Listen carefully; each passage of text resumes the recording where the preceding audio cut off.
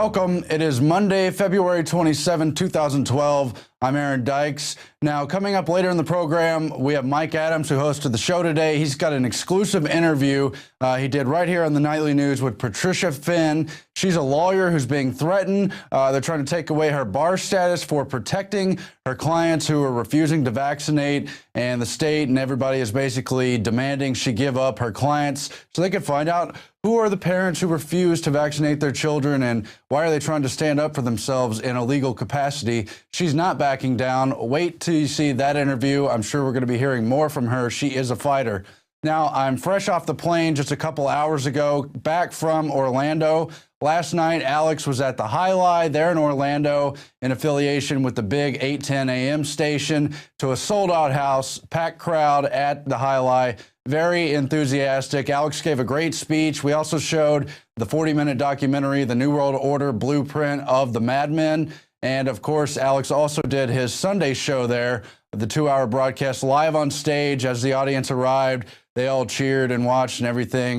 And it was great. Lots of very excited people, activists all over the crowd. A lot of people very pumped up about liberty, ready to say no to this damn system. And I hope they're as excited about going out there and talking to other people, waking up new minds, as they were about talking to Alex and the crew and all the other great patriots there in attendance. So that was exciting.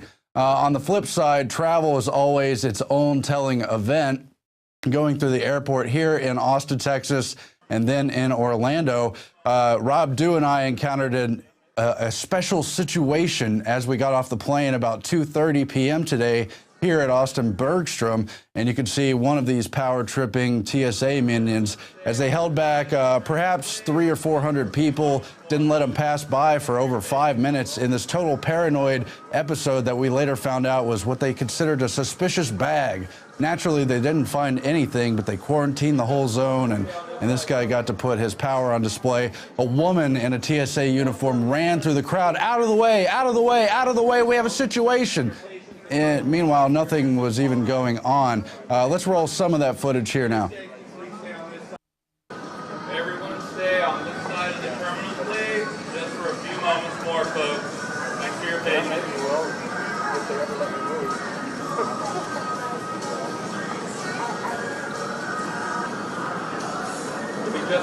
So Rob Dew is up here with the camera towards the front of the crowd. What you can't see is there's several hundred people behind him. They're not letting people pass through the main walkway or on the sides where they have the seats and the gates over there. Just total lockdown over this paranoia about the bag.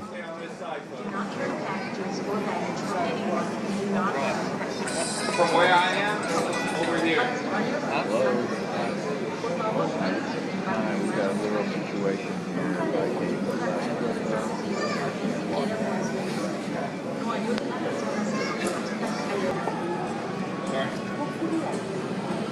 Situation at the checkpoint that we have to secure to make sure everything is safe before you proceed. So the safest place for you to be is on this side right now. Makes no sense. Just a little bit of patience. I understand you have places to go, but let's make sure that you can. Your safety's a joke. Pardon me? Your safety's a joke, man.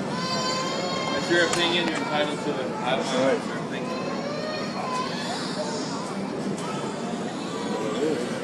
Almost wrapping up. Okay, folks, thank you. Appreciate it.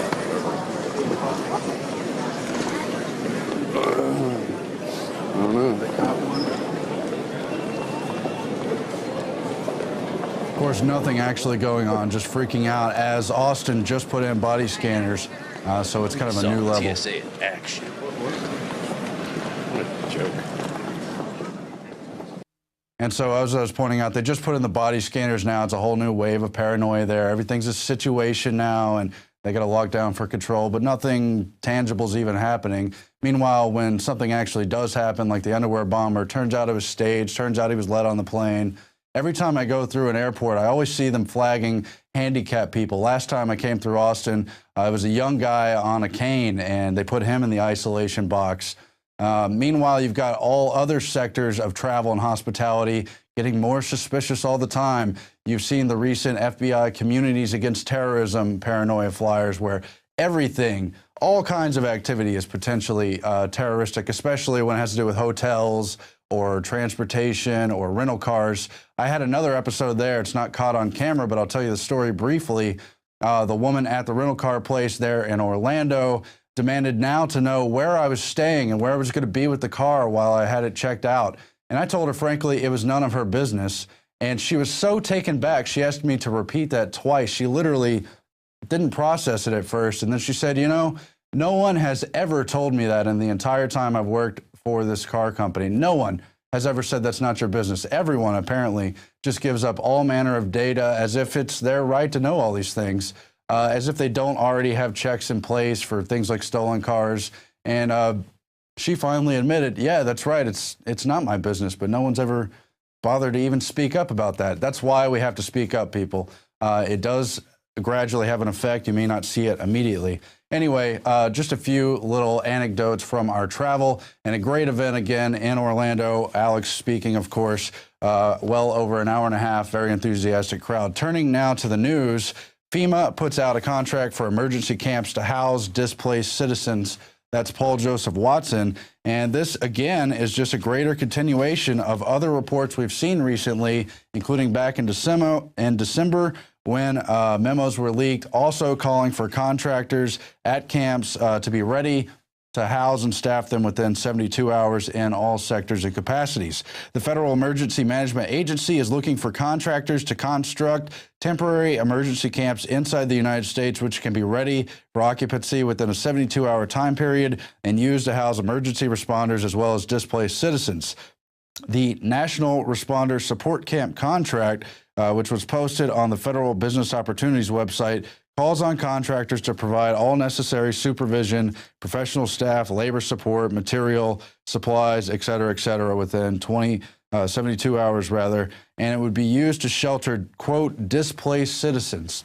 And so, again, for well over a decade and a half, you've seen these emergency plans through all the different areas, all the way back to Rex 84, where they're planning for displaced citizens, a mass influx of immigrants. But it always turns out it's just a takeover drill where they suspend the Constitution, put in martial law, and there's a chain of continuity of government command. And this is more of that. We see them really moving to staff those camps and make them totally activated. There's been a lot of points of data. I hope you have been following that with this over the past several months. We're not going to cover it all today, but in the future, I'm sure we'll recap a lot of it. Meanwhile, the writing is on the wall, and states are beginning to take action. Separately, you've seen a lot of states try to pass bills disputing the NDAA, saying they're not going to take part in the kidnapping of citizens, saying that it's unconstitutional. Now you see this trend where Wyoming is introducing a, quote, doomsday bill to prepare for total collapse and the inability of the federal government to effectively do anything. Legislation lays out plans for alternative currency in the aftermath of a U.S. dollar devaluation. There's again Paul Joseph Watson. And the bill lays the groundwork for how the state would respond in the event of a sudden devaluation of the dollar, a situation in which the federal government has no effective power or authority over the people of the United States. And it calls for their own statewide continuity of government plans. And very interesting, as they keep the federal plans secret, and states begin to craft their own responses and wonder what's going to happen when less solvent states have mass influx of people going into other places. Well, Wyoming, for one, is batting down the hatches. Also, gas prices signal tsunami of inflation. While places like the UK report an official inflation rate of 3.6%, they're seeing gas prices that equate to $8 a gallon and higher. And it's just one of those things where they will always lie about the real numbers, but you can see it in the economy and things like gas prices. Interesting quote here in the article by Greg Hunter of USA Watchdog. We've had him on before. Inflation is always and everywhere a monetary phenomenon. That's a famous quote from Milton Friedman, the Nobel Prize-winning economist. And then that is echoed here again, where they show how the printing through the Federal Reserve and the related mechanisms is what's driving inflation and always has been. You've got Zero Hedge quoted here in the article saying the sole reason why crude prices are surging is because global liquidity has risen by $2 trillion in a few short months on the most epic shadow liquidity tsunami launched in the history in the lieu of QE. Oh, they're sort of on QE3, but they won't exactly admit it. So things continue to deteriorate economically, and we see total preparations for the response after that collapse. So everyone out there has been warned. I hope you're getting ready. I need to do my own preparations as well. Turning to health news, naturalnews.com writer Jonathan Benson reports on the Harvard study citing how pasteurized milk from industrial dairies is linked to cancer. The truth has once again shaken the foundation of the American Tower of Babel that is mainstream science, with a new study out of Harvard University showing that pasteurized milk products from factory farms are linked to causing hormone-dependent cancers. Turns out the concentrated animal feeding operations model of raising cows on factory farms turns out milk with dangerously high levels of estrone sulfate, an estrogen compound linked to testicular, prostate, and breast cancers. A very familiar meme you see with the GMO foods, you see with the BPA, you see with a lot of stuff.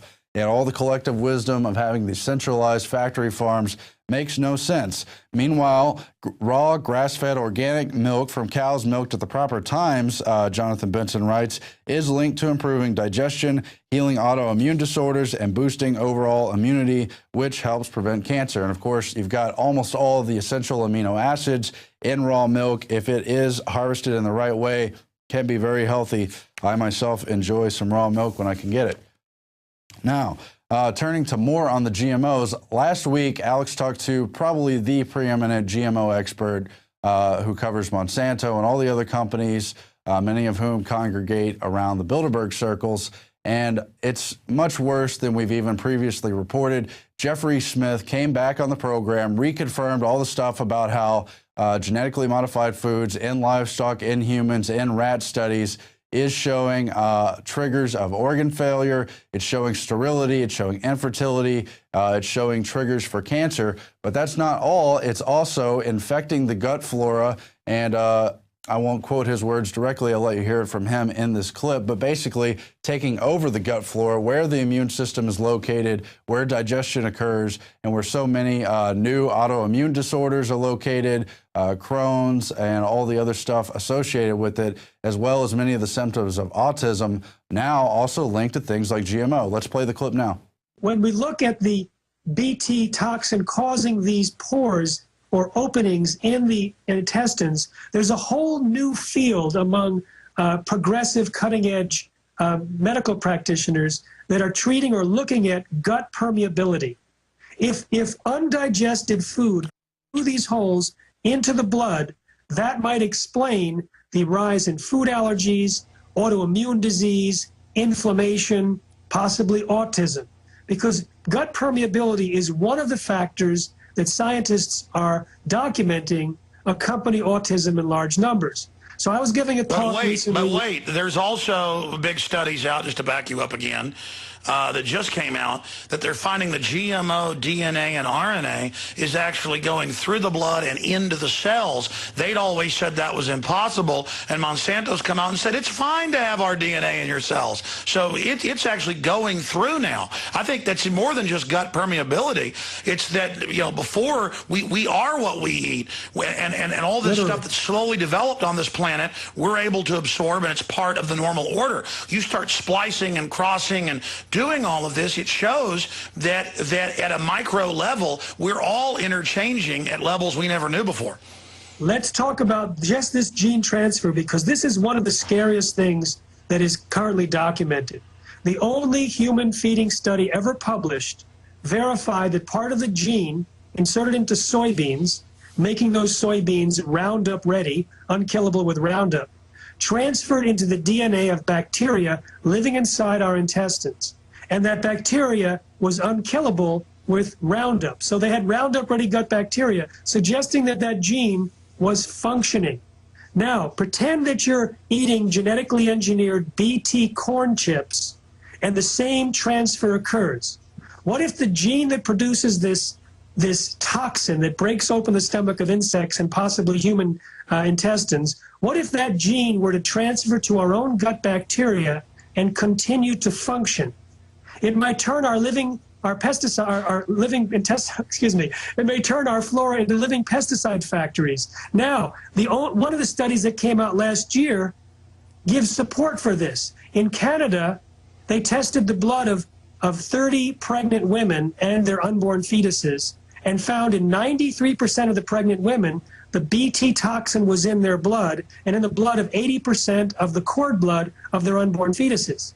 So what this means is that somehow the Bt toxin is getting into the bloodstream, and this is not supposed to happen according to the EPA. According to the EPA, it's supposed to be destroyed during digestion. So the authors were wondering, how come the frequency is so high? We don't eat that much corn chips and fresh corn to justify that. So they expected that it was eating the meat and dairy from animals that have been fed Monsanto's corn, which was the source of the Bt toxin. But I think it's more likely that it was the transformation of the gut bacteria inside the intestines of North Americans, which is causing this high constant exposure. And when I talk about this to medical conferences where I speak all the time, doctors invariably tell me that the rise in gastrointestinal problems has been astronomical. Irritable bowel syndrome, for example, is up 40% since GMOs were introduced. And this is so bombshell. I asked the guys to pull this clip. A lot of you already heard this interview last week. Go back and watch it again. Share it with everyone. This stuff is epidemic. I talked to Mike Adams about today. He straight up said we're being euthanized. This is a big, big deal. Let's just recap some of what he just said, Jeffrey Smith, in this interview. He said the Roundup Ready was taking over in the gut bacteria. It suggested it was a still functioning gene. You could call it what you want. It's compatible with the total alien takeover of our body. And he commented that it appears our flora are becoming a living pesticide factory inside the womb. What is that going to do to us? It's not just the 90% of corn, the 90% of soy, and the other crops. As he pointed out, it's the animals eating this stuff that we then eat. Goes totally through the food chain. Meanwhile, the actual pesticides and the genes in there appear to be functioning, permeating the gut bacteria. This is huge. People need to look more and more into this. And then Alex brought up later in the interview how we had also come across the Bill Gates Foundation doing a lot of research on the gut flora in connection with vaccines. Now, that's very interesting because Bill Gates has come out, way out, called people like Dr. Andrew Wakefield a fraud for investigating the connection between vaccines and autism, for investigating autistic children and finding this pattern of abuse in the actual gut flora of the body. Again, an entirely critical center of the body, 10 times more cell in that digestive tract area than in the whole rest of the body. It is crucial we all begin looking at this. And the idea that there's a connection not only between certain types of vaccines, at least alleged and investigated, as well as the genetically modified foods, really continues to tie back to Bill and Melinda Gates Foundation, because they're the #1 people monetarily and ideologically pushing both vaccines and GMO across the world, forcing them on everyone. And ever since 2009, investigating gut flora phenomenons and the inability of vaccines to work in the third world with children who have kind of underdeveloped immune systems and the rest of it has been a major priority. It was named one of their top grand challenges. You can go back and read the grants. I'll read you just a couple headlines now so you have a point of reference and you can find this stuff for yourself. We all have to do more research on this. This isn't going to go away. It's going to be a problem. Now, you've got NBC 29 in March 25th of 2011. UVA receives $14.7 million grant from the Gates Foundation to investigate children whose bodies reject the protection they desperately need from diseases that comes in the form of vaccine, and goes on to discuss how they will measure the role of the intestinal bacterial flora or microbiome and the impact of intestinal damage in response to vaccines. Canadian researchers win Gates grants from some weird science. That's in the Globe and Mail. And talks about numerous projects they're investigating, including one on the gut flora. Dina Gibson and Sanjoy Ghosh of the University of British Columbia seek to determine whether improving a pregnant woman's diet ensures her baby has a healthy microflora in its gut to protect it from diseases later in life. Again, you've got to read between the lines. Why are we having this gut flora phenomenon? And they're doing all this research. They're not going to tell you anything other than that they're good people trying to help everyone, but we must read between the lines. Now you've got Gates Foundation's new grant for biomarkers of gastrointestinal gut function and health. You've got The Hidden Epidemic Destroying Your Gut Flora by Dr. Mercola, and a whole lot more. There were dozens and dozens of grants that they gave out in regard to vaccine and gut flora investigation, and they also push GMOs like no one else. Their idea is to genetically modify the Plasmodium beargal parasite so it will activate and teach the human immune system to fight malaria parasite. In another article, Gates Foundation awarded to scientists in Portugal for their innovative research in malaria, and again brings up the risk of vaccine itself in inducing malaria and other ideas about the immune system and the gut flora. So they're into that. That's a fact. It's on record. Look it up for yourself. Do your own coverage. I can't really do it justice. Meanwhile, GMOs are being pushed on the whole world. Our great researcher Marcos, who also does a lot of the graphics, dug this out from a couple years ago, mutant seeds for Mesopotamia, how there's a totally corporate new non-constitution for Iraq and the occupation there known as the 100 Orders, and it out and out is for corporate dominance of Iraq. I'm sure they're doing this in other countries as well, just as they do through the IMF and other entities. It has things like tax-free remittance for all corporate profits and other laws to ensure that foreign contractors and private security firms have immunity from Iraq's laws. That's just a few pieces from the 100 Orders. But the worst of all, back to one of the most blatant orders of all, Order 81. Under this mandate, Iraq's commercial farmers must now buy, quote, registered seeds. They're normally imported by Monsanto, Cargill, and the Worldwide Wheat Company. Unfortunately, these registered seeds are terminator seeds, meaning sterile. Imagine if the human men were all infertile, and in order to reproduce, women needed to buy sperm cells at the sperm bank. In agricultural terms, terminator seeds represent the same kind of sterility. And it goes on to discuss how there's the whole history of Mesopotamia, a minimum of 4,000 years of seed trading and just organically developing the different varieties of crops there. How it even really goes back 8,000 years BC in that cradle, the Fertile Crescent, and all of that stuff. And how, well, now some genius company is just going to force all these mono-variety seeds on Iraq, and that the farmers will have to buy it. It's going to devastate their agriculture, just as it has in India, as is currently underway in Africa, as it's happening in South America, as it's happening in North America. And Europe has fought back, but it's happening there too. And why not? Because you got articles like the one we covered a couple weeks ago in the New York Times, where We the People is losing appeal with people around the world. And basically how the Constitution and Bill of Rights are somehow not good enough anymore, trying to sell people on the idea of their own enslavement as they bring to full bore into the light the corporate governance system under the world government. And again, it's not just the United Nations. That's one organ of this larger world government. You've got these major foundations. Used to be the Rockefeller Foundation was number one. Increasingly, the Gates Foundation is becoming the number one foundation, even though it's totally interlocked with the Rockefeller Foundation. And they drive this global governance. They make recommendations to governments around the world at the national level. They implement policies at the global level, and they privately fund things they can't get done through government. So they have incredible influence. It's very scary the way they're changing this world. We all have to wake up to this, and now's the time to fight back, if ever. Turning now to our daily quote, and of course we're coming back with that crucial interview with Mike Adams, with the lawyer who is protecting her clients as they try to come after parents who refuse to vaccinate. That is Patricia Finn. That's coming up just after the break. Turn now to our daily quote. Competition is a great thing. No, competition's a sin. That's John D. Rockefeller as they began the super vertical, horizontal, global integration of all business and industry under the larger Illuminati bloodline type families who had already seized a lot of control in the Anglo world, and it went supernova under the Rockefellers and all the things they did through their so-called charitable work. But guess what? Philanthropy is not charity, and they really don't want competition. That should be a message to everyone. Thanks for watching, and Mike Adams coming up with that hard-hitting interview, and we'll have more for you tomorrow. Thanks.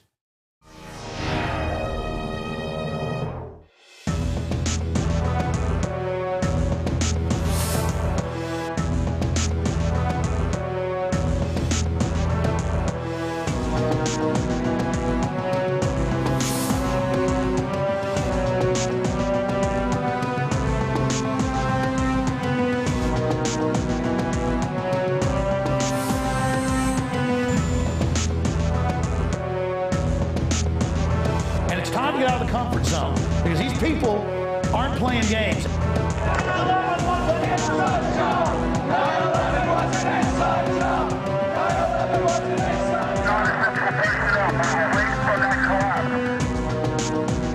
We're going to organize. Humanity's going to come together. We are swinging muskets here, toe-to-toe with the globalists. They're bloodied. We're bloodied. It is absolute, total war.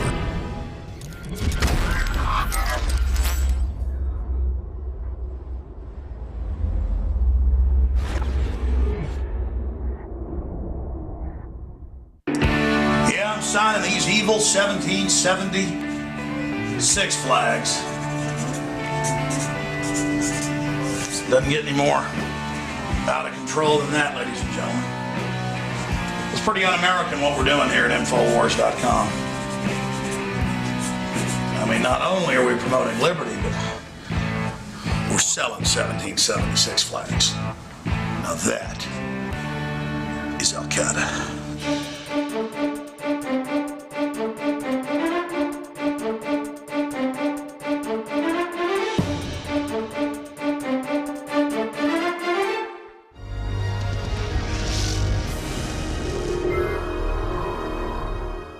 Okay. Continuing with Infowars Nightly News, this is Mike Adams, the Health Ranger, jumping in to interview Patty Finn. She is an attorney who is being, you might say, terrorized, certainly suppressed, because she represents parents who are trying to defend parental freedom when it comes to the vaccination issue. And now the legal establishment in New York, where she practices, is demanding that she turn over all the names of all of her clients that she represents, which would expose, of course, all those parents to state authorities, which could result in those children being taken away, kidnapped by Child Protective Services. This is a violation of basic human rights. This is a violation of law, I believe. But we'll find out more as we talk with Patty Finn, who joins us now for Infowars Nightly News. Patty, thank you for joining us this evening. It's great to have you on. Thank you. Thank you. Can you give us the breakdown of this situation? How did it start, and what are they demanding from you right now? Well, this problem began in 2009 during a very high-profile case that I handled here in New York involving the H1N1 mandate. New York State healthcare workers under an emergency regulation were told either they inject H1N1 or they lose their jobs. I was a pretty unknown attorney at that time, and being here in New York and, media frenzy, etc., I, became somewhat of a media figure on this subject. At that time, I had 2 complaints filed against me by clients, and a doctor, a pediatrician here in New York, filed a complaint against me when I had written to him to advise him that parents don't have to get vaccines, that in New York you can get a statutory exemption. And these were minor irregularities. It had nothing to do with escrow money. It was advertising and, some other very, very minor things. And any other lawyer would have written a letter and answered it, and it would have gone away. But when I wrote my answer, I was accused of lying. And then more charges were filed against me. So is it fair to say that they seem to be coming after you not because of the way you're practicing law, but because of the substance of those cases that you take on, in particular vaccines, parental freedom, health freedom? Well, it is easy to draw that conclusion, particularly given the timing of these charges. I was served on a Friday night before I left to attend this West Virginia rally on parental rights. And, it's kind of odd that they waited till my office was closed and then to try to serve me with something to suspend my license. Do I really know what is motivating them? No, because a lot of these proceedings are secret. I don't know what is being discussed. I do know that the investigating attorney, when she met me, did tell me that she didn't like my tone. And the only tone that I'm sure she was aware of was that in the media with the H1N1 and perhaps something that I had written. And, it's just endless. Even if it wasn't about vaccines, it's still the harassment's been endless. Every time, or most times, when I answered something, I was brought up on more charges for lying. Well, let me get to the substance of the harassment here. I have a letter in my hand from the state of New York signed by Gary Casella, Chief Counsel of the 9th Judicial District, and he demands a written answer from you to the allegations contained herein, and that your answer should include a detailed list of all of your firm's current clients, including their docket numbers and copies of all their cases. Isn't that a violation of basic attorney-client privilege? Yes, and quite possibly a violation of HIPAA and my client's First Amendment rights to the free exercise of religion. I mean, a lot of the people that I represent don't vaccinate because of their religious beliefs. So it is unusual, but what's important here is that this is the second time I've been charged with this. In 2009, a pediatrician here in New York filed a complaint saying that my work was designed to assist people to subvert the law and that it could actually be a public health risk. And when I answered that complaint, I was not charged with that, but I was charged with an advertising violation that sought the same information that is being requested now. And when I did not provide that information, I was admonished, I objected, and when I objected, I said I was going to appeal. And as I was leaving the secret types of meetings that are held, or let me be clear, the closed doors meetings, yes. I was followed to the door, and I was told that if I appealed, I would be brought up on higher charges, which, is also very questionable because what else, are they holding back on me, or something? I don't really know. It's really a scary thing, and I am quite upset about it, but I had no choice but to go public. Let me get to some other language that's contained in this complaint against you. They have a finding, they say, upon a finding that the respondent is guilty of misconduct immediately threatening the public interest. Now, this is based on the assumption that vaccinations are the one and only way, granted by God to protect public health. Now, that is provably false, so there's a lot of scientific fraud behind that, but this reasoning that they can do anything they want to you, they can violate attorney-client privilege, they can take away your license to practice law, they can harass you because you don't comply with their distorted definition of what is in the public interest. This strikes me as egregious and very scary in a society that's supposed to be ruled by law. Well, what's happening here is that I was admonished in 2009 on these complaints that were very, very mild, and I had provided, that's a really harsh sanction. And I provided evidence to the contrary to basically all of the allegations, and so they found me liable of violating these ethical codes. I chose not to appeal them because I was afraid. And now the harassment continued, and I brought another lawsuit to try to stop the harassment because one of the complaints was time barred by the statute of limitations. You don't have to go to law school to know about. Any parent with autism knows about the statute of limitations. And because I, an attorney, filed a lawsuit to protect my rights regarding a decision that was incorrect, I'm now being charged with violating yet another admonishment. So it's a constant snowballing, and it's starting to get twisted and perverted, and and of course people are so quick to judge attorneys in particular, and they're very harsh, but I'm quite clear that I've done absolutely nothing wrong, and if I did do something wrong, it was exceptionally minor. And it's just this snowballing effect and harassment and intimidation. Well, Patty, it seems that this judicial district has taken the position that anything that big government says is correct for public health, that if you defend someone to opt out of that, then you're evil. So if the government said that all children should be bloodletted, that you should take half a pint of blood from your child every evening because that's great for their health, and you defended parents to say maybe we shouldn't take blood from our children, you would be harassed for the same thing we're seeing here because the government says bloodletting is good for children. I mean, there's no sense to it. Well, you know, as I had stated previously, I don't know what is in the minds of those individuals reviewing my record and picking apart my life and my practice. I do know that these charges against me were bogus and ridiculous. And I know that when I defended them, the evidence I provided was overlooked. When I wanted to appeal, I was harassed.